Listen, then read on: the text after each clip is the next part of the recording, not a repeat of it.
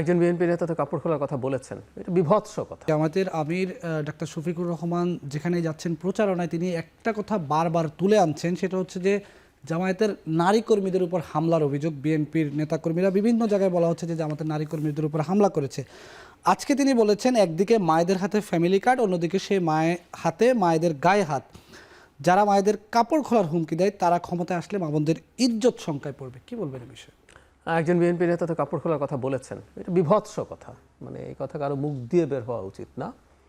এত বিভৎস কোনো কথা বাংলাদেশের এই পর্যায়ে হবে। যেমন আমি বলছিলাম, কথার মধ্যে কতগুলো রেড লাইন আছে, আপনি সেই রেড লাইন বহু ক্রস করে বহু দূর চলে যাওয়া হয়েছে।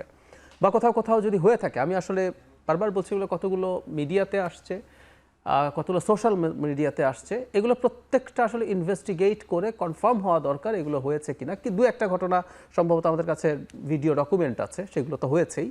এখন যেটা হয়, নির্বাচনে বা রাজনীতিতে আপনাকে কি করতে হবে, বাস্তব ঘটনা যদি থাকে ওটাকে ইস্যু হিসাবে তৈরি করতে হবে।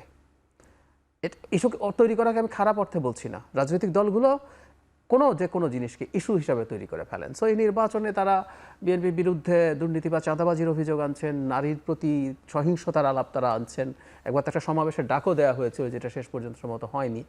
তো সেই রকম এটাকে ইস্যু করছেন এবং খুব স্বাভাবিকভাবেই তার জায়গা থেকে এটা তিনি সঠিক কাজই করছেন। বিএনপি যখন নারীদেরকে এম্পাওয়ার করার কথা বলছেন, যে নারীদের হাতেই আমরা ফ্যামিলি কার্ড তুলে দেবো, সেখানে তারা এটাকে যখন আনছেন, সেটা দিয়ে বিএনপিকে তারা চাপে ফেলার চেষ্টা করছেন। কিন্তু ওই যে বললাম, দিনের শেষে এগুলো আপনি তৈরি করবেন, কিন্তু দিনের শেষে যেটা দাঁড়ায় সেটা কতটুকু ক্রেডিবল, সংখ্যাটা কতটুকু। আমি বলছি না একটাও হওয়া উচিত, কিন্তু দিনের শেষে দেখা যাবে কতগুলো সংখ্যায় হয়েছে, কতটুকু হয়েছে। তাহলে শাহরিয়ার কাছে একটু জানতে চাই, উনি তো একজন আইনজীবী, নিশ্চয়ই এই বিষয়ে ওনার জানাশোনা আছে, সংখ্যা আসলে কেমন? আচ্ছা, এই প্রসঙ্গে একটা কথা একটু বলে রাখি, আমরা খুবই সিরিয়াসলি সরকারকে এগুলো নিয়ে ব্যবস্থা নিতে দেখা উচিত আমাদের। এই নির্বাচনের মাঠে এগুলো যদি হয়ে থাকে সেটা সবার আগে দরকার, কিন্তু আমরা অন্তত ভিজিবল না যে সরকার অনেক ভালো স্টেপ নিচ্ছে।